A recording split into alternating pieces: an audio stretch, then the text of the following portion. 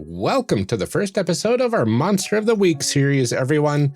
This series, we welcomed Tyler Samples, keeper of the Mystery County Monster Hunters Club podcast, right here on the One Shot Network, to join us to learn all about this horror urban fantasy RPG from Evil Hat Productions. In today's episode, we get to learn all about this game from Tyler, as well as a bit about Mystery County. But before we get to all of that, here's what to expect in our calls to action. You can join us here after the show for a lot of notes. You can hear about the One Shot Network adding yet another new show. We think maybe the last one for a little while, since we've had several in the last couple weeks. This one is called Herald's Horn, and we'll let you know what that's all about. In other network news, we will also let you know about the upcoming One Shot Network Patreon drive, as well as information about a new show from friends of ours at the Athraplay Podcast. Information about our Patreon, patron thank yous, and some special calls to action that mean a whole lot to both of us. So, just a few things, just a couple things off the top of our head. Just a couple things. Yeah, you'll definitely want to stick around after the show for that. And with all of that out of the way, enjoy the show, everybody.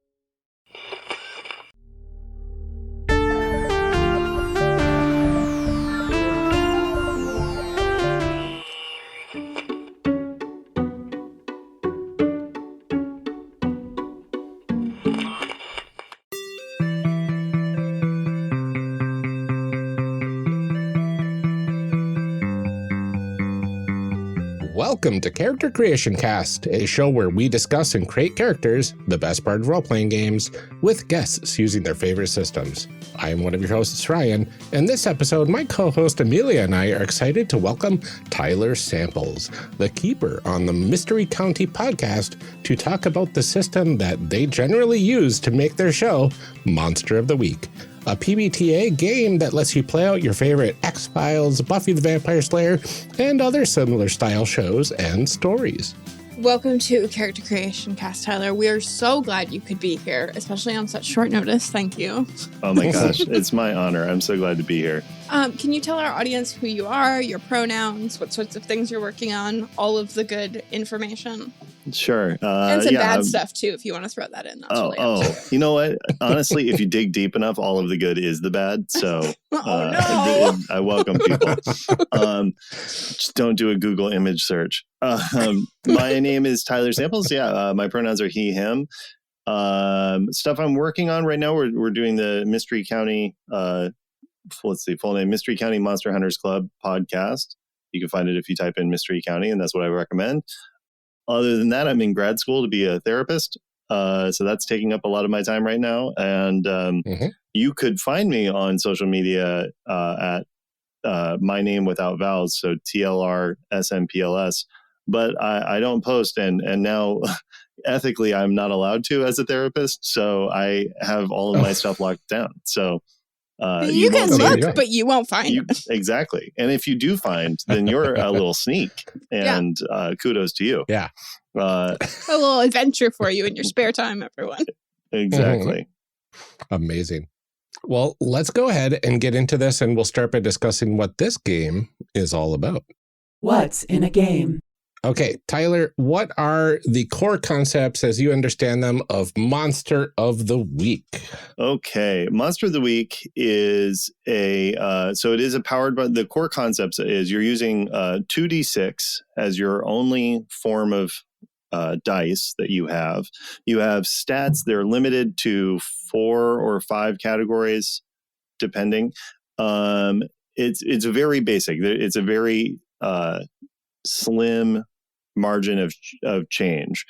Broadly, rather than a succeed-fail model, as in like D&D or something like that, it has a 3-tiered system of success, mixed success, or failure, so that it is a little more granular in terms of outcomes. The rules are all very loose.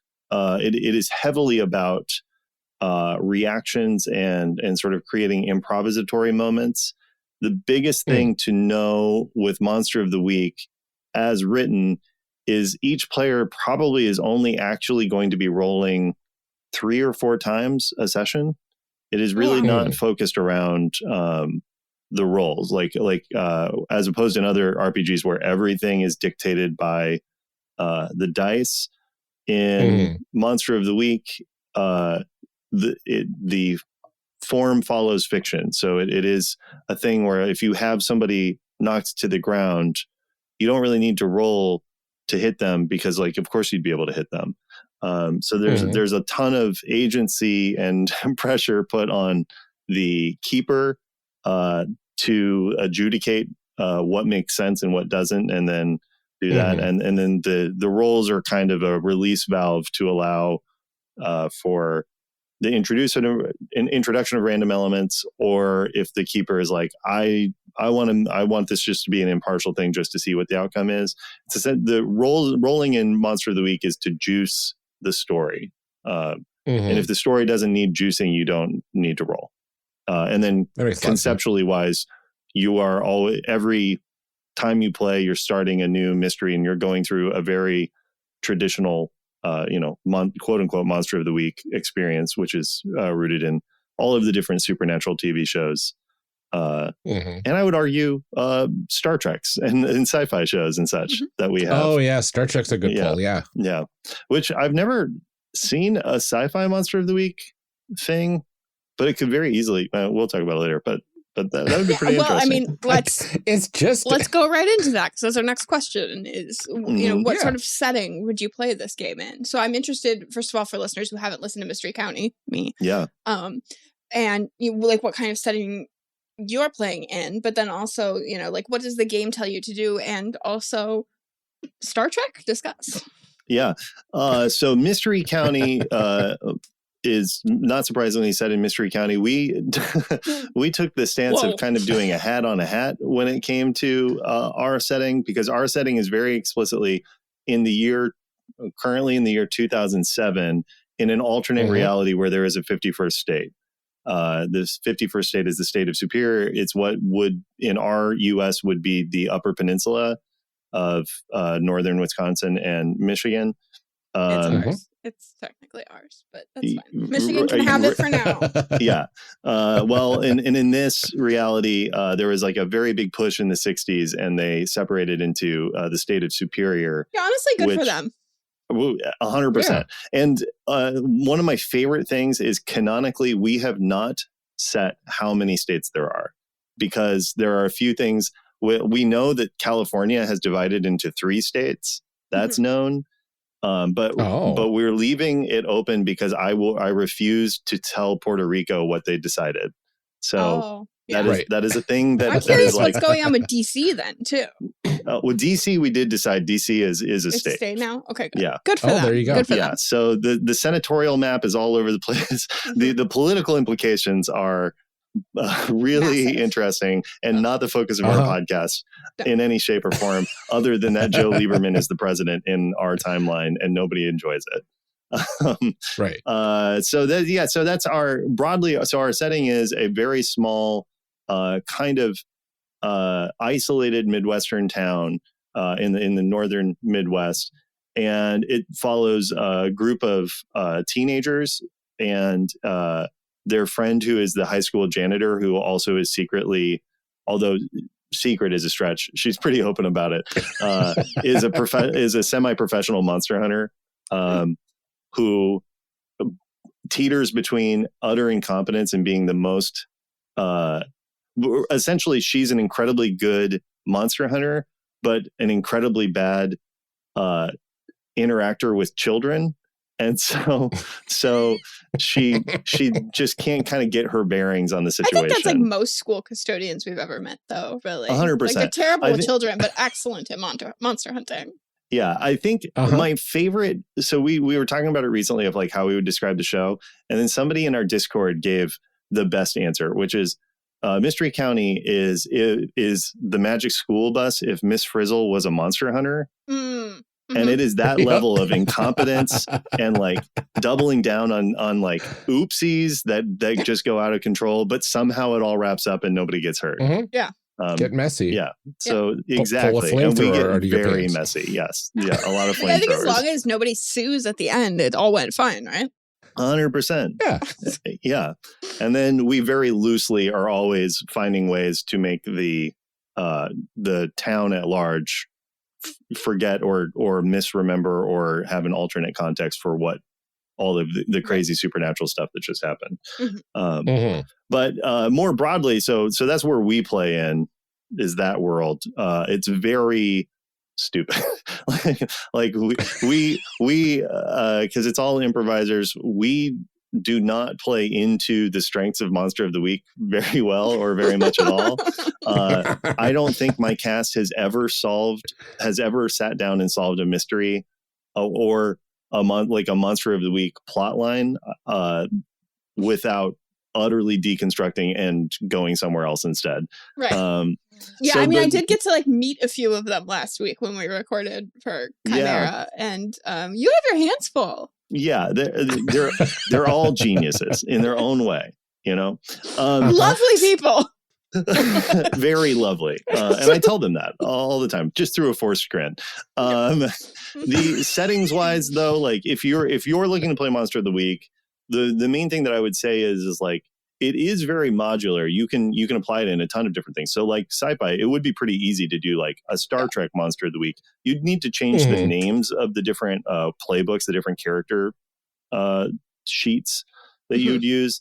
But ultimately, it is A, very reskinnable, and B, at the end of the day, your mechanic is, if you want to do something and you don't know what the outcome is going to be, roll 2d6. And if you get under a 6, things go worse. If you get between a 7 and a 9, you get some of what you want, but in a way that is substantially changed. And you have to decide what you're going to do about it. And if you get a 10 or more, exactly what you wanted to happen happens. And at the end of the day, that's all you're doing. Right. Yeah. And then there's stuff you add on top of it. But that's mostly all I use it for is that mechanic. So you can play it with also the Monster of the Week has published an addendum book called Codex of Worlds, and they give setting suggestions of different settings that you can play it in. And that book I think is actually a useful one if you are interested in reading further into it. They do a pretty good job, especially because they also introduce different team organization elements that you can use. So they would have one that is essentially ours, which is kind of like a Scooby-Doo gang sort of a thing, or you can be part of a larger organization. You could absolutely play Monster of the Week very seriously. I'd be curious what that feels like, because I've never remotely had a chance to experience that. Yeah. Yeah. Because it's penned as a urban fantasy horror, right? Yeah, so like X-Files, Supernatural comes to mind. Buffy the Vampire Slayer is a little on the camp side at times, but right, still could be very serious as well. Yeah, I think Supernatural really is the sweet middle spot, because Supernatural gets goofy, but also is kind of rooted in actually being. The characters actually being concerned about the outcomes. And that's really what Monster of the Week is trying to do is your characters are very squishy. They're pretty easy to take down if you're not safe. It is not befitting of a Leroy Jenkins mindset. No. No. Which is why I've had to make substantial changes to it, because I have 5 Leroy very Jenkins. Much Leroy Jenkins type players. Yeah. Uh-huh. I think I actually have Codex of Worlds. I don't have the main game, but I think I have. It's fun to read through. My editing file, I think. Every time I pick it up and look through, I'm always like, oh, that's in there? That's cool. And then want to read more. Yeah, absolutely. So outside of dice and the books, are there any additional sort of tools that this game utilizes? No, not really. I mean, it really is just that there is a conceptual thing I think you need, which is familiarity with the kind of source material. Yeah, I think a lot of PbtA games really they are very genre specific and really rely on that. And I was thinking about this before coming in. So the one thing I will say about Monster of the Week is it does The other thing is explicitly, as the person putting together the stuff, you are not supposed to plan very much. No. You should have at most 1 page of notes, because the whole point is that it is about creating, enabling reactions and then seeing what happens as a result. It's not very mechanically invested in resolving a fight with a monster, because like that, like a physical fight, it's actually just mechanically not well suited to that as being narratively interesting for very long. It is not, which is one of the things I like about it. It is not like, again, like D&D or Pathfinder, where it's like, this is all about the fight. This is sort of like hand wavy about the fighting. But so you do have to know the beats of horror and supernatural stories and sort of the not serialized, episodic storytelling of those types of TV shows. And the one thing that it does do is, because you're not supposed to be that prepped, and you have to expect your character players are going to go in a direction that you didn't expect.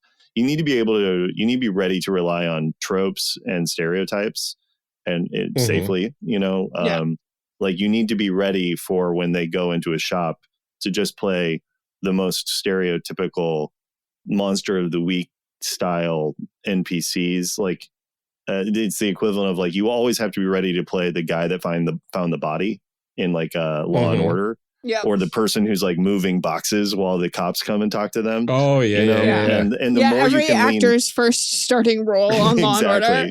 Exactly. And the more you can lean into that, the more stabilizing it is for everybody, because then they kind of understand what part of the story they're in.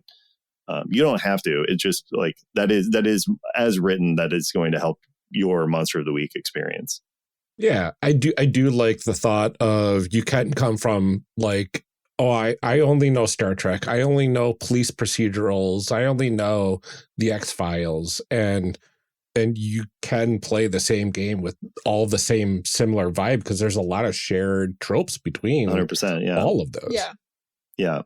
And other than that, though, you don't need any real tools. I mean, frankly, again, you don't really need to know the mechanics to be able to play a Monster of the Week. It's helpful. It's very helpful if somebody does.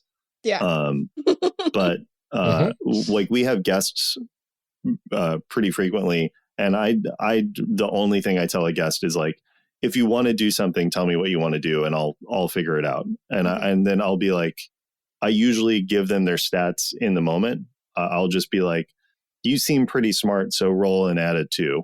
I just because it is just a thing of like, well, also we have, if my regular players are Leroy Jenkinsing, our guests are like the son of Leroy Jenkins. They're even more chaotic most of the time. Which I delight in, but they're all mostly coming from a non-RPG background, so they just don't have a frame of reference. So but they do have an improv background. Which is almost more fun sometimes. I love 100%. When people like, and it's a thing that I've noticed about playing with my kids lately. Is that like, they don't have these preconceived notions about like what is or is not okay in a game. And I know I've talked about this online and stuff too, but like playing Fiasco with my kids and my 11-year-old deciding that she was a 40-year-old cocaine dealer named Custard Doug. Wow. Like, oh, okay. Yeah. Yes, you are. Right. You are. And like, Custard Doug is now my favorite RPG character ever. And like, I wouldn't have done that, because I'm like, okay, it's Fiasco, like we're doing crime, And it's like, even as somebody who's a very seasoned role player, like you have these notions in your head of like, this is what a good character is. This is what so like people that come to it totally fresh are so much fun to play with, because you're like, I wouldn't have even thought of that, but good for you. Like, exactly. I love that for you.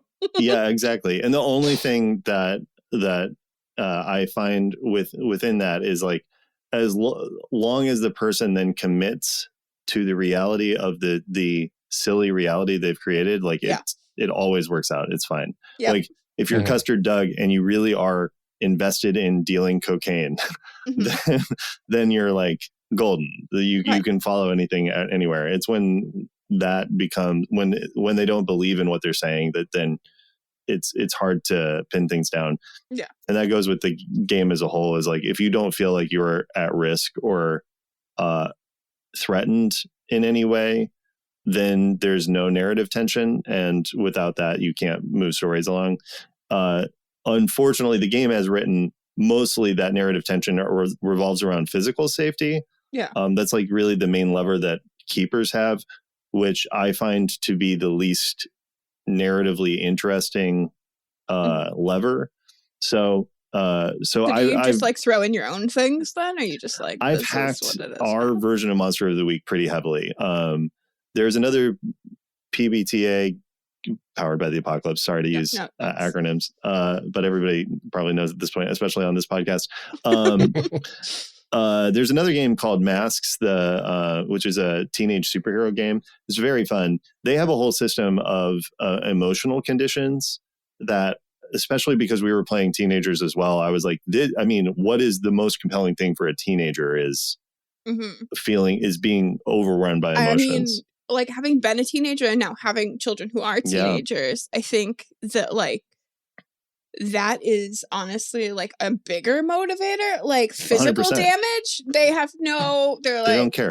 Yeah. No, like they have no sense of life or death. Exactly. It's right? like, would you rather break your arm or be like embarrassed in front of your friends? Right. And they're like, I'll break my arm. I'll break my arm, thanks. So that's a lever we brought in and worked on that. And then also kind of made some moves around resolving emotional conditions in ways that are like, I think the move that I'm proudest of us introducing into it is so you get these conditions where you, they impact your stats. And so, if you're embarrassed, you're less good at being weird because you're trying, if you're insecure, you're less good at being weird because you're trying to be more normal. Stick out. Yeah. Right. Exactly. But there is a way that we called it deal with the feels. There's a way you can help somebody else overcome their emotional condition and get back to normal. But in order to do that, you need to either make a bold gesture or tell something embarrassing, which has been very fun as a way to make these sort of after school special moments of people coming together. I feel like narratively, those would be great. Yeah. It's like really bringing the like home improvement style sitcom things where like there's hijinks and stuff, but then you always have to have a moment where it's like, hey bud, like I was like you once. I hate to say this, but have those moments, which for a narrative podcast has been like a hugely important lever to have available to us. Just to keep people involved. Yeah. And also speaks to the malleability of PbtA games in general, but also Monster of the Week, where you can, and it's encouraged to, create your own moves for the game that fit your group. Yeah. And the same is true of like when you're designing the monsters for the games, you can pull from the book, but really it really encourages you to figure out mechanics that you think would be interesting and give them a shot, which is the thing I like most and least about the system is it really heavily encourages it really rewards intricate imagination and like a very specific style of story construction on the part of the keeper that is fun, but also sometimes can feel like a ton of pressure because you don't have a lot of prep and you don't have a lot of things that in front of you. You have to come up with it all on the fly, and everybody else gets a break and you never get a break. Yeah. So that can become I find like there is always a risk around the 2/3 to 3/4 mark, like that in between that period where there is like always a lag because you're kind of running out of steam and you're trying to, you kind of have a sense that the end is coming and you're like, I want this to feel good, but you don't quite know how to lift it there. And then it always works itself out. But there's always that like hitch moment where you're like, oh shoot, this is going to be the time where they just all decide to go home and play video games. And, and I'm going to have to just tell them how a story ended without them being involved. That's awesome. I think we've talked a lot about this already, about like the kinds of stories and themes that are happening. But I want to know, like, from you, like, what do you specifically think that this game is trying to do? That's a great question. I mean, I know also the creators of it have really been evolving over time. Like they're really responsive to, I think.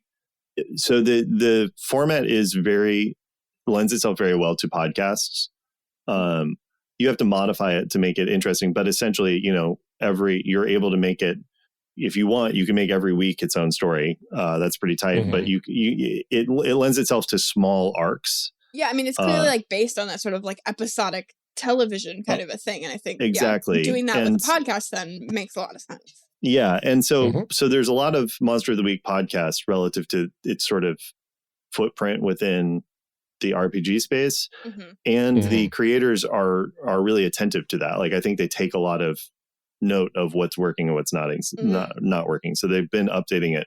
Initially, I think the intent was to play an episode of Supernatural. Like I think that is like 100% what it was. As they've been going on, they've been modifying it to hit different levels. I don't think it is ever going to be a thing where you're going to have big action sequences that like you can describe them, but again, at the end of the day, whatever you're doing is going to be resolved by either it gets worse, it goes sideways, or it works. Right. So, and that's always going to be the culminating thing of any individual action. So that kind of creates very large points that you're going from. The other thing that it wouldn't do, it doesn't do mysteries very well. Like you can, but like there isn't a lot which is interesting. Yeah, there isn't a lot of mechanical heft to it. So it does mysteries well if you already are good at constructing a mystery. If you are not, if your brain doesn't work that way, it is not going to help you. The game is not there to support that. It supports broad outlines of stuff, but like it does not help you in like figuring out how to best make. And I haven't really encountered many games that actually do mystery creation well, because it is actually a human skill. I know Brindlewood Bay does a good job. I'm so interested in playing Brindlewood Bay. I have not played it yet. Yeah. Because that one, you're not supposed to figure out how the mystery is supposed to be solved ahead of time. Yeah. The players get clues dynamically throughout the game, and then you figure out if those clues actually solve the mystery at the end through dice rolls and stuff. That's so fun. It's a very interesting mechanic, and depending on how the dice rolls go at the end, like it could be wildly wrong or like spot on or somewhere in the middle. I don't know the full specifics of it, but like it sounds fascinating for mysteries. Which is like very different from something that like you look at like a Delta Green or Night's Black Agents, which are also like sort of conspiracy mystery kind of games. Yeah. And those run them very differently from that, where it is like the conspiramid of like levels of clues and things like that. Yeah, Monster of the Week is very different ways of doing. Yeah, it seems like it. Right, exactly. Which is great. Which especially for my players and stuff, that was exactly what we needed. I feel like vibes are like 99% of it's what you perfect. And I will say, like, not to give it because I want to be sure I'm not giving it a bad rap. What makes Monster of the Week essentially interesting in how it's constructed is what you as the keeper do is you say, okay, there's a monster. It's an interdimensional spider that lays eggs in people's minds while they sleep, right? I wish I had come up with that for my podcast. That's a fantastic idea. I don't know why I've never used that. Anything you say here is canonical. Right. It's fine. It's on the network, so I think it counts. Right, exactly. This is one shot. You come up with the monster, and then you say what happens to the town or the people, and you write you do like a 6-point story where you go through the monster's rampage. And the whole point is, that is what would happen if the monster hunters didn't get involved. And then you introduce them into step 1, or really you introduce them into step 2. And that's like their experience of it. So then what you're doing is constantly balancing, well, this is what would have happened if you weren't here. But now your choices are impacting the story. And so you are changing the story because of this intrusive element that is your players. And that's kind of the way you maintain that. You maintain being their biggest fans and most supportive of them, while having an oppositional force, which is just the inherent narrative that was supposed to take place, pushing back That's really against cool. them. And that is really cool. Is interesting. I don't know. But that is why it's like not good at mysteries. Counter-historical, counterfactual argument kind of thing. I'm like, ooh, my brain is like, and that's why it's not good at like for people who want to actually solve a mystery, is because you know what would have happened, right? But it's not but it didn't ever happen, because things are changing. So you have to just be solely reactive in a way that you're giving out kind of breadcrumbs to help them guess what the story would have been. Right. Which is helping them figure out what couldn't, but might have didn't happen did. And so you're kind of building up this feeling of hero-ness through like intervention.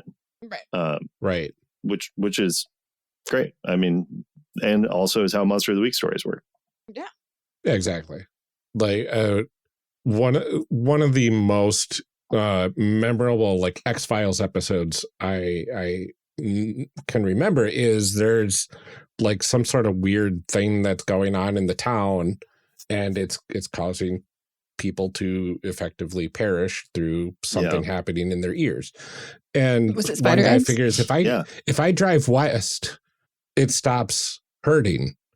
But if I stop, it starts hurting again. So he keeps going west until he runs out of land. Oh. And then he ends up dying because he has to sit still.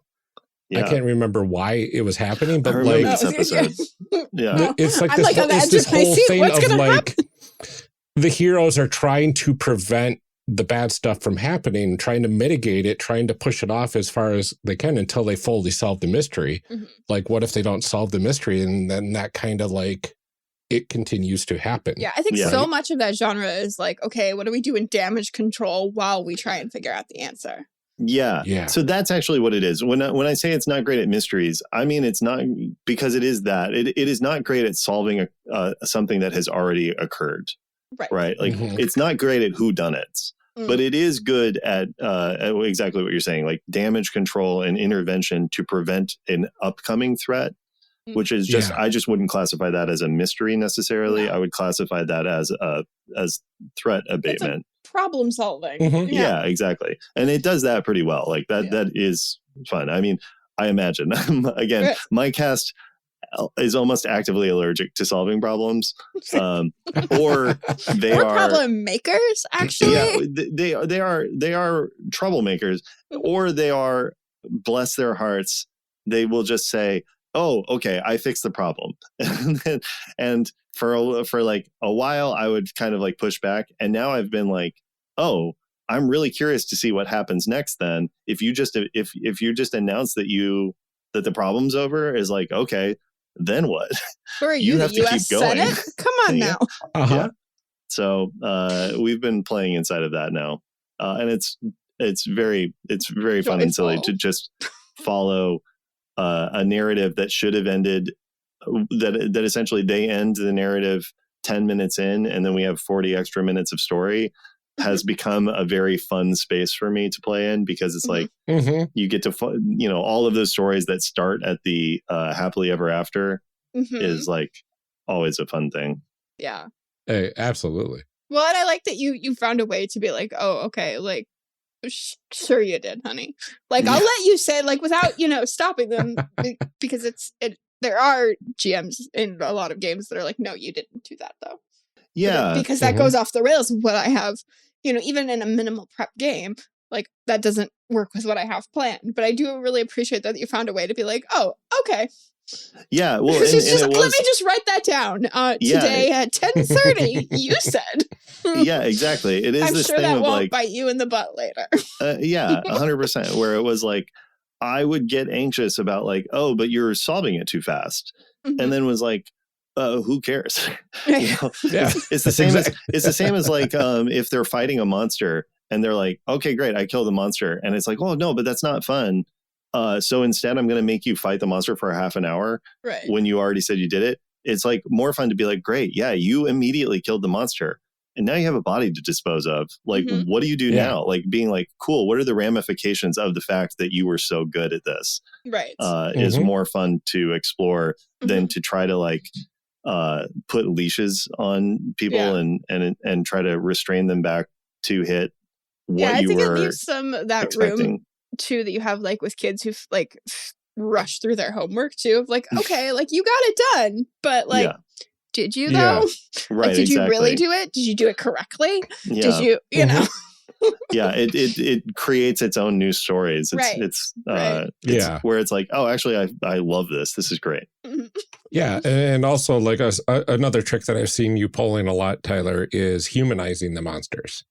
So like, you know, Bigfoot was part of a somewhat recent storyline, and Bigfoot had his own reasons for doing the weird things that he was doing in town. And instead of just going in guns blazing against Bigfoot, like they had to talk it out and figure out what was going on, and then figure out how to help and all that sort of stuff. Well, so it wasn't just a defeat the monster. For fighting, you got to use your words. You know? And unfortunately, the game does have mechanics for fighting. It's just not that for me, not that fun, and not that, and then like that came from also like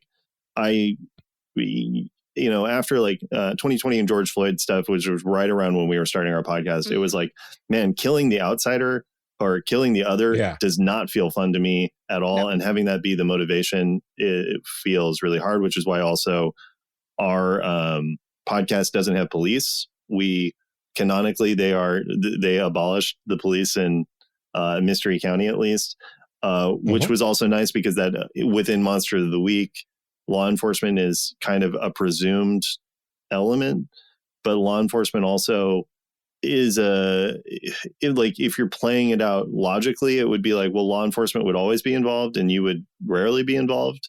So it's nice like to not an interesting story. Yeah, exactly. It doesn't center the characters unless they're law enforcement, which nobody wanted to be. So it was like, great. Well, and I think like humanizing monsters and things, it's just a more interesting story, even if for no other like moral reason or anything like that, which there are mounds and mounds and mounds of reasons, but like it just is more interesting, and it makes it feel more real because like for me it was a thing, like, you know, from even when I was a baby RPG player, I would always be like, I don't understand, like realistically I don't understand this dungeon at all. Like, how does what is the ecology of this place? How does this continue to exist? And so, okay, but like, why? Yeah, exactly. So, like, having motivations beyond I just want to mindlessly destroy has been fun, because then it's like, okay, at best these monsters are wild animals, and I don't condone killing a bear because a bear walked into your neighborhood and got in your trash. I mean, I do condone, you know, taking defense of humans seriously, but there are solutions that we can find that are more interesting than just fearfully attacking the unknown. Yeah, exactly. So, I mean, we've been kind of talking about it in general sense of things, but like specifically as characters in this game, what do you tend to do? I know there's a lot of different playbooks in the game that really flavor things differently depending on what playbooks that you're using. It's true. There are basic moves that everybody kind of gets access to, which are mostly, I think, what you would think, what you would kind of expect. Really, the proto move that started everything for Monster of the Week, it's a move called Act Under Pressure, and so it is. You basically, it is that most simple, like you want to do something and the outcome isn't certain, roll to see how well you handle doing it. And then you either handle it very poorly, you handle it okay, or you handle it great. That's like Act Under Pressure. And that is mostly, like, honestly, most of the time that is the role you're doing, or you're doing something else that kind of equivalates to, that's not a word, but, you know, it reaches a similar state as that. Then there's like, and I just realized I might have cursed at some point earlier in this podcast, and I apologize if I did. I don't think you did. But I will have to for this thing So I'll change it to make it family friendly. There is a move. The biggest fighting move is kick some asterisk butt. Yes. And that involves a lot of, you do damage, or if you fail, they do damage to you. The one other thing is that you as the, and I should have said this earlier, you as the keeper, you actually never roll anything. Players are the only ones who roll dice. So your monsters, you don't need to roll for them to do stuff. They just do stuff if it makes sense to you. You as the keeper have what they call like soft moves and hard moves. Soft moves are essentially indicating something is about to happen unless the players do something. And a hard move is something happens regardless of if you do something or not. So you don't roll to see if the monster slaps them with its big furry hand and does damage. You just say it slaps you with its big furry hand and you take 2 damage. So kick some butt is how players get to interact back. Manipulate someone is how you try to do anything social or charismatic. And I think I suspect they would change that language if they were starting from scratch now, because it really emphasizes exactly one way of interacting with people. That does make sense within, again, like supernatural play style. Then they have a few different moves around investigation. And I'm struggling to remember them because I almost immediately got rid of them.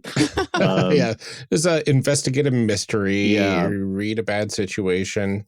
They're kind of the big ones. Yeah, and they're both useful in their own way, but there was so I have to look this up right now because I need to see why I had such a so a lot of the moves, like investigative mystery, you get hold, which in the game is like a currency. You hang on to it and you can spend hold to ask questions. My players and me never remembered how many hold they had.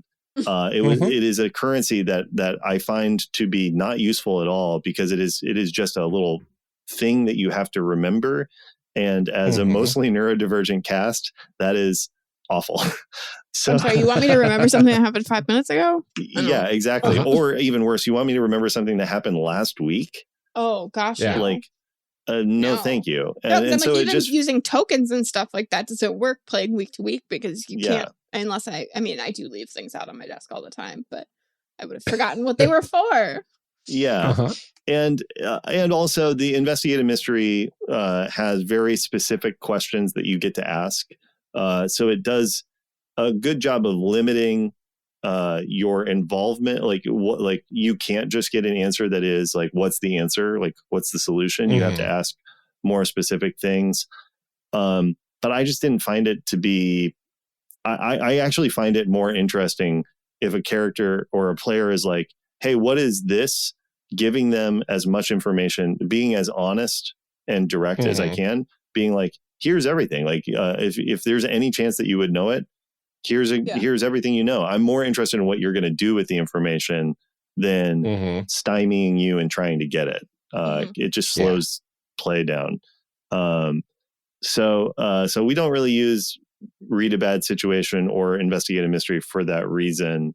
I kind of replaced it with a system where it's like, if you ask me a question, depending on how well you roll, I'm either going to tell you the information in a way that, like, if you fail, you're going to find out in a way you do not like. If you get a mixed success, I'm going to either give you cryptic information, or I'm going to ask you a question. And I use that as a way to, essentially juice the action for myself. So if they're like, what's the monster's weakness? I will be like, what are your you weakness? afraid? I'll be like, what are you afraid the monster's weakness would be? And then that allows them to say something, and then I can kind of build on that. Because I am an inveterate coward when it comes to, or not a coward, I am the laziest creator when it comes to playing this game. I push every decision onto my players I possibly can. Yeah. To the point you're really missing an opportunity to do like 2 truths and a lie.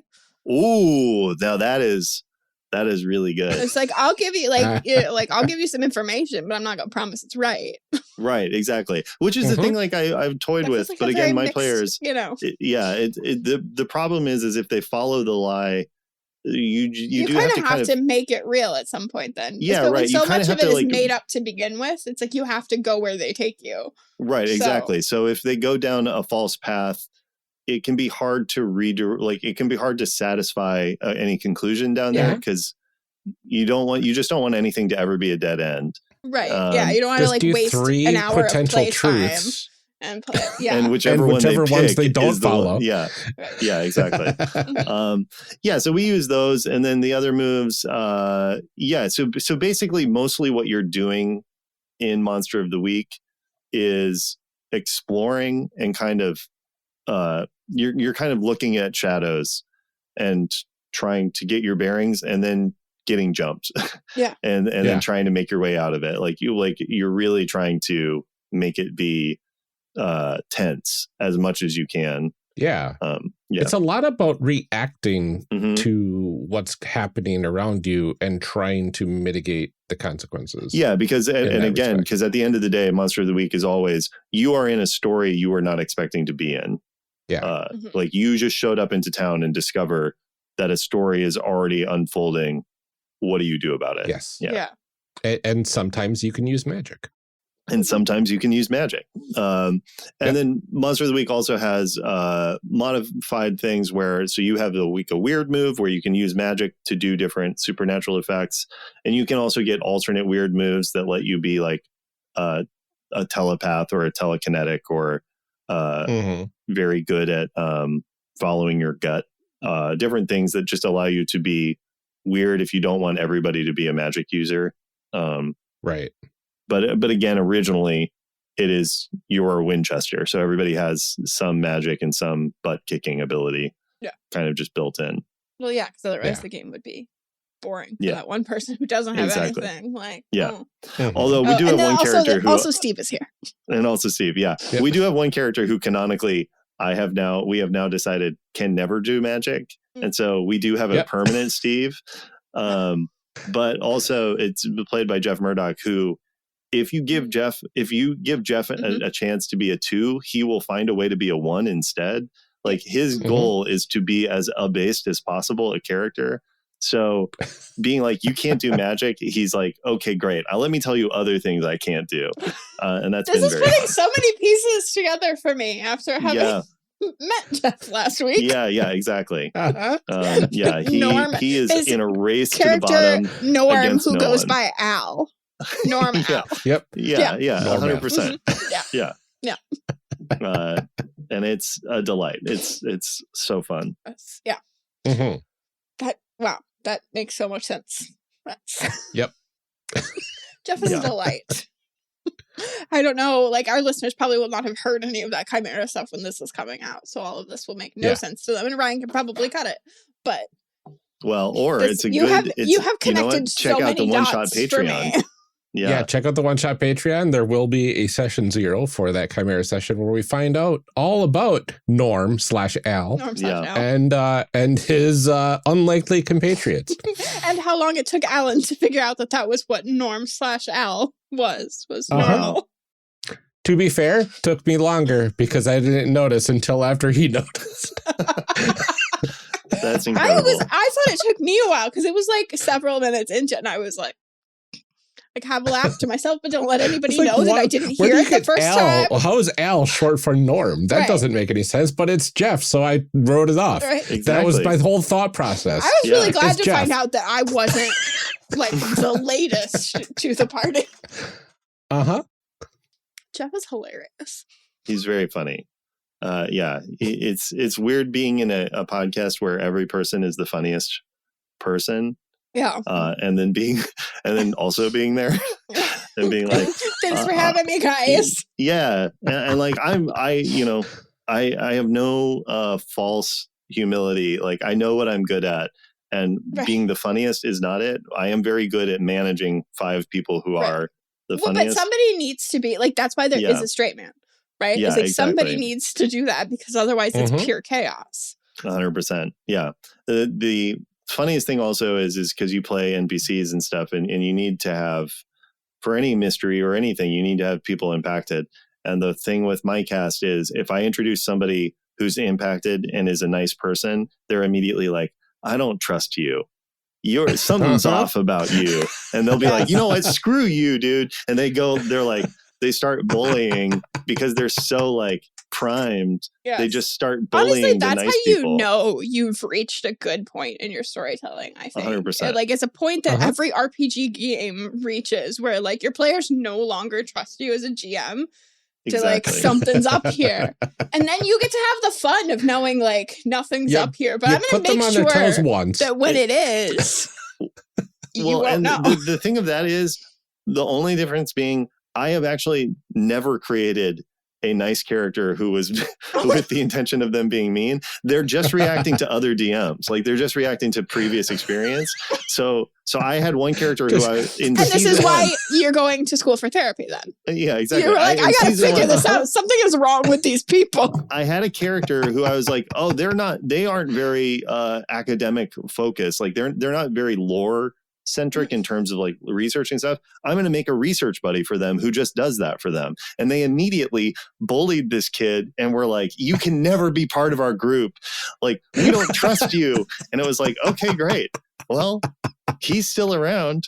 He's still, every chance he gets, he tries to get in. And every time they're like, whatever, Paul. And they just like push You're like, it's been years. It's been incredible. The slowest burn. Yeah. So, oh my gosh, you have so much power there to decide whether there actually is something up with Paul or not. No, but that's the thing. Like, the one thing I decided very early on that Paul, the more that they hate him, the more I'm like, Paul is the most normal person. Paul has nothing unusual about him at all. It's a guy that likes the lore and likes to help. Because I know it would scratch such a niche for them if they discovered that Paul was a bad guy. And so I'm like, no.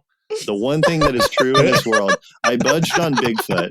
I'd had an internal thing where I was like, I'm never going to bring Bigfoot into this because Bigfoot, for some reason, feels sacrosanct to me as a cryptid. But I was like, I just don't want to touch Bigfoot stuff. And then, but it got asked for by patrons, and I was like, whatever, we're going to do Bigfoot. I can bend on that. But Paul is just a normal kid. And that is like the one thing that I will never... Canonically, just like a nice guy who is like relatively popular. And I think that's why they didn't like him. Yeah. That's amazing.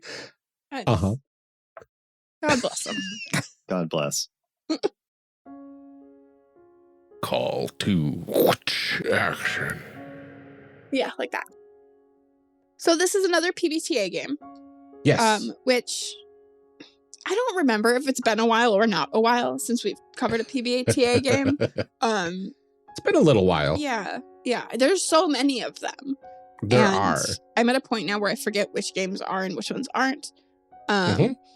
But yeah, we haven't done one in a little bit. So yeah, they're always interesting because I'm always like, what are we going to talk about with yet another PbtA game? But like, it's really like, we don't end up talking so much about like the character creation itself as the characters we are creating. You know, we talk about way more about our process than the process overall when we do these ones.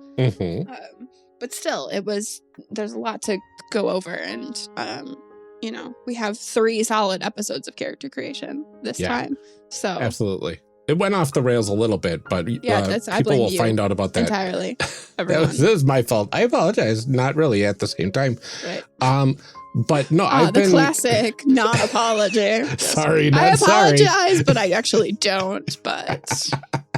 I apologize in theory. Okay, I'm sorry it caused you difficulty. I'm not sorry I did it. It was a lot of fun. The series is fantastic. It certainly goes places, but I'm really excited that we were able to finally cover Monster of the Week because that's just one of those games, like, since the beginning of the show that people have been wanting to hear about. Yeah. And there's a lot of really popular podcasts out there. I mean, a Horror Borealis, RIP, has been my first exposure to the game, I think. And then we've got Mystery County currently airing episodes on the network and hearing about how the game works and like the concept of the game and all the different playbooks that you can choose and how the world kind of melds to the different characters that you select in the game. It's pretty cool. Yeah. It was a fun one. It was a weird one, but a fun one. So I'm excited for people to hear all of it. Exactly. And that's all coming up in the next couple of episodes. We got through quite a bit of discussion this episode, so absolutely stay tuned for that one. But before we let you go for the day, we do have quite a few calls to action, so please be patient. There's a bit of them. Yeah, I promise it's good stuff. It's very good stuff. First up, there is one last show joining the One Shot Network this season. It's called Herald's Horn. It's a discussion podcast that brings something new to the network, just on the outskirts of the world of TTRPGs, Magic the Gathering. Mm-hmm. Every episode, Cal and his army of hyper-intelligent co-hosts talk about the recent news in the Magic the Gathering sphere, including interviews with MTG notables, both in front of and behind the curtains. It sounds really interesting, and it seems like it'll be a fascinating show if you enjoy hearing about the behind the scenes of like this, in particular, this extremely popular game. They've only been around since December of 2023, so it's really cool to see them join this early in their run. So there'll be just like a little bit of backlog to kind of go back through, not a ton of stuff if you want to join on. But now is the perfect time to get in and go on that run with them. I think we've been doing, Tracy especially is very, very big into Magic. So there's been a lot of stuff on the network, Twitch and things like that regarding Magic. So it'll be kind of cool to have a show about that too. That is, sort of kind of branching out like into tangentially TTRPG. It's like tabletop, not as much RPG, but still kind of branching out a little bit. It'll be kind of neat. Yeah, absolutely. In other news, coming up on October 15th, the One Shot Network is starting their annual Patreon drive. This is going to be a huge event that runs every single day until October 30th to help raise funds for the network as a whole. This pays for things like equipment replacements for when our gear goes bad, hosting for all of the shows, as well as paying performers and editors for the main one-shot shows like One Shot, Campaign Skyjacks, Starwall, and a lot more. Mostly things Ryan edits, so it helps pay Ryan, dear listeners. If you're looking for a personal connection, it helps pay Ryan. It does help pay me a lot. I'm going to be taking over some of the Skyjacks episodes going forward at this point. Please help Ryan buy Christmas presents for his children. I know. for only $5 a month. In the arms of the angels. I think that's all we're like legally allowed to use. But. I know. So with more funds, the show and the network can do more things. For this event, you'll be able to see live stream stuff every day on the One Shot Twitch channel at twitch.tv/OneShotRPG. And there will be bonus content at the One Shot Patreon, including a Session 0 featuring both myself and Amelia, creating a world and characters for Chimera with folks from other shows on the network. It's so good. We do casually mention it several times over the course of this series. And we're just as of recording, we have not actually played the game yet, but just the Session 0 alone. I'm so excited. I'm so excited. It's such a wild world, so it's a mess. I cannot wait for people to hear that. It is going to be so much fun. But that and so much more can be found at patreon.com/OneShotRPG. And there will be more news about this as we go. So stay tuned here after our shows for the whole scoop. If you enjoyed our One Ring series with Steph and James of Athraplay, if you've been watching Rings of Power, or if you just love both RPGs and the writing of J.R.R. Tolkien, we have a new podcast recommendation for you. Athraplay by the folks at Athraplay is an actual play podcast presenting the lesser told stories of Tolkien's Legendarium. It can be found on Twitter and Instagram at Athraplay_cast and on the web at athrabethnetwork.com. They have been working on this for a long time. I think episodes release twice a month. And I'm so excited for them. Like, I'm so excited. It's so cool. It's such a cool concept. The little character art that they've released on their Instagram and stuff. And like, I love Steph. I love James. I love Jude. The other people, I don't think I've met the other people that are on the show. But yes, wonderful project by wonderful friends. I'm so excited for them. And it's so good. I know that like James is an excellent GM. I've played with him a couple times. So good. So I really encourage people to go listen to it. I'm very excited for them. It's very good. I edited the first 12 episodes of the actual play dialogue edit, and the depth that they go into the lore of the legendarium of Tolkien and Lord of the Rings and all that. Yeah. It's and doing it through actual play, it's fantastic once you start hearing that. Yeah. And also they're doing lore master episodes between each of the actual plays. So you'll actually hear there's a lot like a deep dive of the decisions that James made as a GM and all that sort of stuff. And it's very well presented. I highly recommend it as well. Yeah. Okay. So we have another call to action here. This one's pretty serious to the state of the world. We are deep into election season here in America. And as is the way, every state has different rules regarding registration, mail-in ballots, early voting, and all that sort of fun stuff. Please take a moment to check your registration status, find out the deadlines for absentee voting, learn who and what is on your ballot this year, and check your polling place. This election is probably one of the more important ones of our lifetimes, and you can find all of the information that you need at vote.gov. That's the national vote website. You can get registered and check your status at pretty much for any state there. So head on over there, make sure you're registered. Make sure you know what you need to register. I know like some states, registration deadline is like October 16th.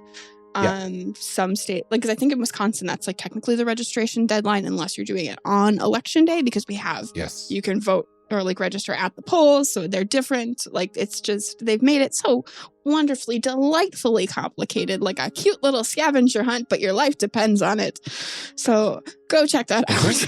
Find out what you need. It's not funny, but I laugh so I don't cry. Right. And even if you think you're registered, double check, because there have been people that have been registered and voted in previous elections that end up not being registered for this one yet. Yeah. So you want to double check that at vote.gov. Super important. Absolutely. On a lighter note, if you like what we're doing here and you want to support the show, please head over to patreon.com/charactercreationcast, and you can sign up for any of our basic tiers as a free trial. Each level has a ton of great rewards associated with it. You can get exclusive stickers, custom dice, exclusive bonus episodes from time to time, as well as chit chats, among other great rewards. We also have bonus outtakes for all patrons, even the free ones. So now is a great time to sign up and help us out in the process. We also like to thank all of our patrons personally every episode. You all mean the absolute world to us. So let's go ahead and get this started. Starting with DJG, aka Tigranosaurus, Eric Bonts, and Daryl Holiday II. Thanks for making this all possible. Shadim Cabal, The Shyest Barbarian, and Benjamin Sweeney. We can't thank you enough, but we will continue trying. We appreciate your support. Lorcan McInnes, Rob Fletcher, and Kevin Brown. Thank you all so much. Tentacle Duck, John Adamus, and A3 Sketchpad. Thank you for your continued support. Cole McCallum, Carlos Salazar, and Eric S. Our deepest thanks. Ian Potmeyer, Soragoth, and Liam G. You're the best. Brian Cole, Garden GM, and Tanglefoot, thank you for your continued support. Blue Kryptonite, Danny, and Nicole Trainer. You shouldn't have, but we're really glad you did. We appreciate your support. Liam Murray, Kenning, and Brian Kurtz. Thank you all so much. Mark E. Fair and Drew Owen. We can't thank you enough. You are wonderful. Seriously, everyone, all of you. You're amazing. And thank you to all of our future amazing patrons. Your support means the absolute world to us. Every bit of support here helps tremendously, and we are incredibly grateful to all of you. If you are already supporting the Patreon or can't afford to do so right now, and you still want to show your support for the show, you can go ahead and leave a review on places like Apple Podcasts, Podchaser, Podcast Addict, or even Facebook. You could also leave comments on episodes on YouTube or Spotify now. So there's a lot of different places that you can reach out. And if you leave a review for us, we'll go ahead and read your review right here and thank you personally. That's all we have for today's episode, as if that wasn't plenty. We will be back next week. Until then, take care, everyone. Stay safe, drink some water, register to vote, and keep making those amazing people. We'll see you next time.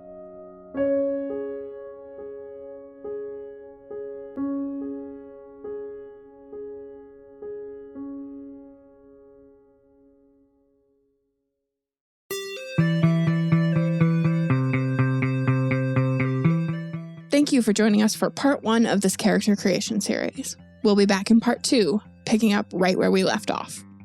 Character Creation Cast is a production of the One Shot Podcast Network and can be found online at www.charactercreationcast.com. Head to the website to get more information on our hosts, this show, and even our press kit.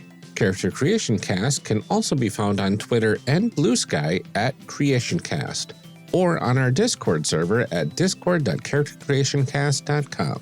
I'm one of your hosts, Ryan Bolter, and I can be found on Twitter and Blue Sky at Lord Neptune or online at lordneptune.com. Our other host, Amelia Antrim, can be found on Twitter and Blue Sky at Ginger Reckoning. Music for this episode is used with a Creative Commons license or with permission from the podcast they originated from. Further information can be found within the show notes. Our main theme music is Hero Remix by Steve Combs and is used with a Creative Commons license. This podcast is owned by us under Creative Commons. This episode was edited by Ryan Bolter. Further information for the game systems used and today's guests can also be found in the show notes. If you'd like to support our show, find us on Patreon. Get access to bonus episodes, exclusive merch, and much more at patreon.com/charactercreationcast. Thanks for joining us. And remember, we find that the best part of any role-playing game is character creation. So go out there and create some amazing people. We'll see you next time.